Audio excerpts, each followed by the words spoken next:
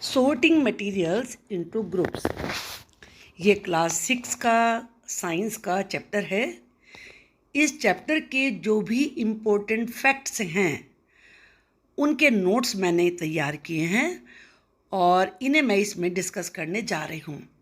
अगर आपको ये फैक्ट्स अच्छी तरह से समझ में आ गए तो लेसन का आप कोई भी क्वेश्चन आंसर कर सकते हैं। ध्यान से देखिए वीडियो, आपको इससे बहुत फ़ायदा होगा।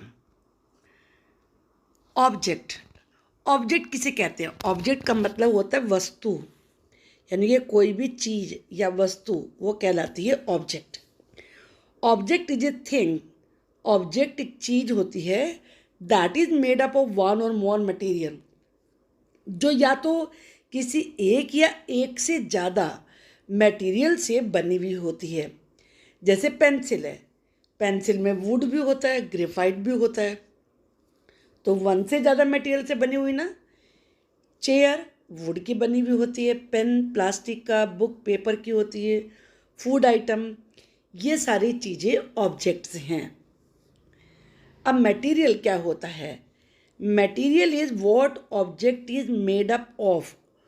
वो चीज़ जिससे कोई भी ऑब्जेक्ट बना हुआ होता है वो चीज़ कहलाती है मटेरियल। जैसे कि pencil is made up of would, metal, graphite etcetera. Pencil in तीनों की बनी हुई होती है, तो ये सारी चीज़ें कहलाएंगी material. Object around us made up of large variety of materials. जो चीज़ें हमारे चारों तरफ होती हैं वो बहुत वैरायटी के मटेरियल्स की बनी हुई होती हैं। जैसे object and material they are made up of. यहाँ कुछ ऑब्जेक्ट दिए हैं, आपको उनके मटेरियल बताने हैं। चेयर किस चीज़ की बनी हुई होती है? Would, plastic, iron. टॉयज़ किसके बने होते हैं? वुड, प्लास्टिक, पेपर, क्लॉथ के भी बने होते हैं। शूज़ लेदर के बने हुए होते हैं, कैनवस के होते हैं। Clothes cotton, silk, polyester, nylon. Tumbler glass होता है, प्लास्टिक या फिर ग्लास या स्टील, इस तरीके के भी बने हुए होते हैं। यूटेंसिल का मतलब होता है बर्तन। आप अपनी किचन में जितने भी बर्तन देखते हैं उन्हें बोलते हैं यूटेंसिल्स। यू ही बोला जाता है। प्लास्टिक के बने हुए होते हैं, आयरन लोहे के जैसे कढ़ाई होती है, एल्यूमिनियम भगोना होता है, स्टील के तो बहुत सारी चीज़ें होती हैं। पेन प्लास्टिक का होता है, मेटल का भी होता है, वुड का भी होता है। अब एक ग्रुपिंग का मतलब होता है ग्रुप बनाना चीज़ों का एक। The process of classification of object based on some known criteria. मतलब किसी आपने एक क्राइटेरिया को लिया और उसके आधार पे चीज़ों की एक क्लास बना दी, एक वर्ग बना दिया। जैसे क्लास 3 में पढ़ने वाले बच्चे एक ही क्लास में होते हैं ना, तो ऐसे ही वो सारे बच्चे एक ही तरह का सिलेबस, एक ही तरह की बुक्स पढ़ते हैं। तो ऐसे ही कुछ चीज़ें जिनमें एक ही तरह की विशेषता होती है उनको एक ग्रुप का नाम दे देते हैं, उन्हें उसे ही ग्रुपिंग कहते हैं। Why do we group them? अब ग्रुप बनाने की ज़रूरत क्यों होती है? क्योंकि दुनिया में इतने सारे ऑब्जेक्ट्स हैं हमारे चारों तरफ कि हमें उनको ग्रुप बनाना ही पड़ता है उनका। अब ये सबसे इम्पॉर्टेंट चीज़ है कि मटेरियल्स की प्रॉपर्टीज़ क्या होती हैं। एक तो देखो होता है प्रॉपर्टी, भाई उसकी इतनी प्रॉपर्टी, इतनी जायदाद है, वो प्रॉपर्टी होता है। ये होता है प्रॉपर्टीज़, यानी कि किसी भी चीज़ की विशेषताएं या उसके गुण, वो उस चीज़ की प्रॉपर्टीज़ कहलाते हैं। अब एक होता है appearance. The various parameters governing the appearance of materials are. किसी भी मटेरियल की अपीयरेंस को जो चीज़ें, जो पैरामीटर्स निर्धारित करते हैं वो होते हैं उनका कलर कैसा है, टेक्सचर मतलब वो सॉफ्ट हैं टच करने में या हार्ड हैं या खुरदुरे हैं, रफनेस, शेप कैसी है उनकी, और साइज कैसा है। ये सारी चीज़ें अपीयरेंस को बताती हैं। फिर है लस्ट्रस। लस्ट्रस का मतलब आप कह सकते हैं शाइनिंग, यानी कि जो चमकने वाली चीज़ें होती हैं। मटेरियल दैट शाइन, वो मटेरियल जो चमकते हैं, आर कॉल्ड लस्ट्रस मटेरियल। जैसे कि गोल्ड चमकता है, सिल्वर है, कॉपर है, ये सारे लस्ट्रस मटेरियल कहलाते हैं। फिर है नॉन लस्ट्रस, जहाँ नॉन लग जाता है उसका मतलब होता है नॉट, यानी कि ना चमकने वाले। Materials which do not shine, जो शाइन नहीं करते, are called non lustrous materials. जैसे वुड या प्लास्टिक। हार्डनेस, चीज़ों की हार्डनेस भी उसकी प्रॉपर्टी कहलाती है। अब वो हार्डनेस क्या क्या चीज़ होती है?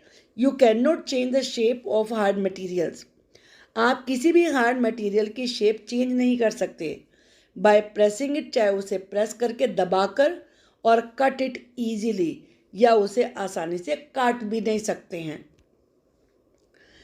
Hard materials are use to make vehicles, जो हार्ड मटेरियल्स होते हैं उन्हें किसके लिए यूज़ किया जाता है? व्हीकल बनाने के लिए, जैसे बस है, ट्रेन है, स्कूटर है, साइकिल है।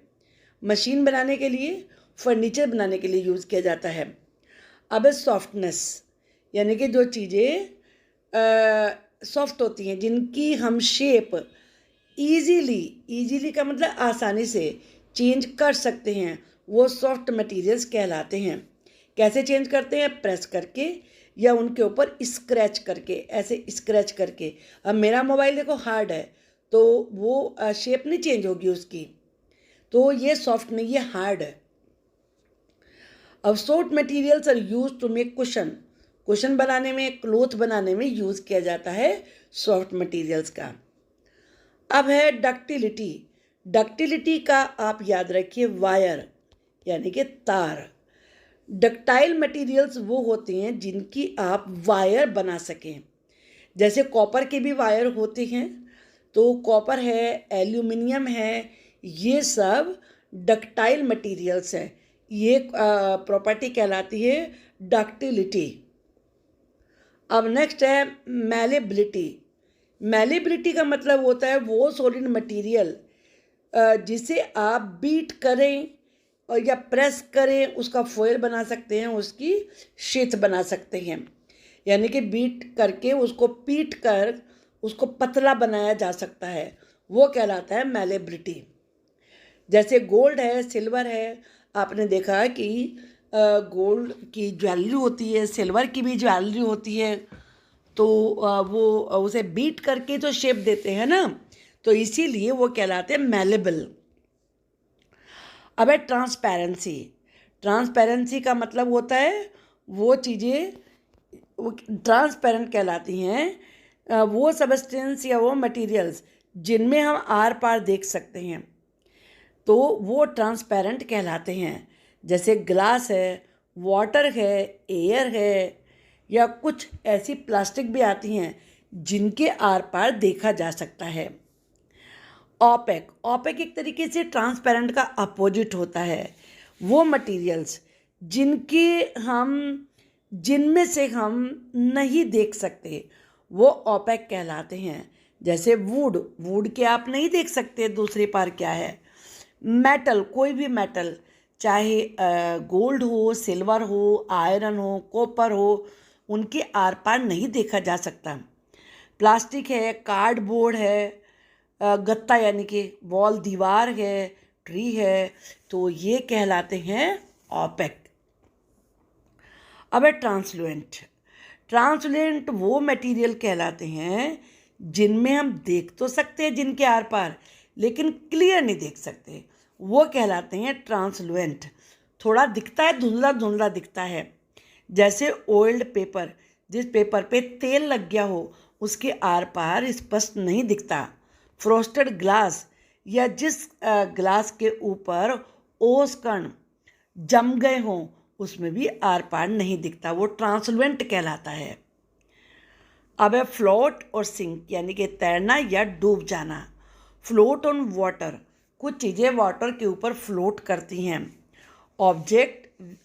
Objects which are less denser than water, वो और चीज़ें जो वाटर से कम डेंस होती हैं, थिकनेस उनकी कम होती है, वो वाटर के ऊपर फ्लोट करती हैं, जैसे प्लास्टिक की बोतल्स, रबर बॉल, लीव्स, पत्तियाँ, बलून, ये सारे फ्लोट करते हैं। ये अंदर सिंक नहीं करते क्योंकि इनकी डेंसिटी कम होती है, इनका मोटापन कम होता है।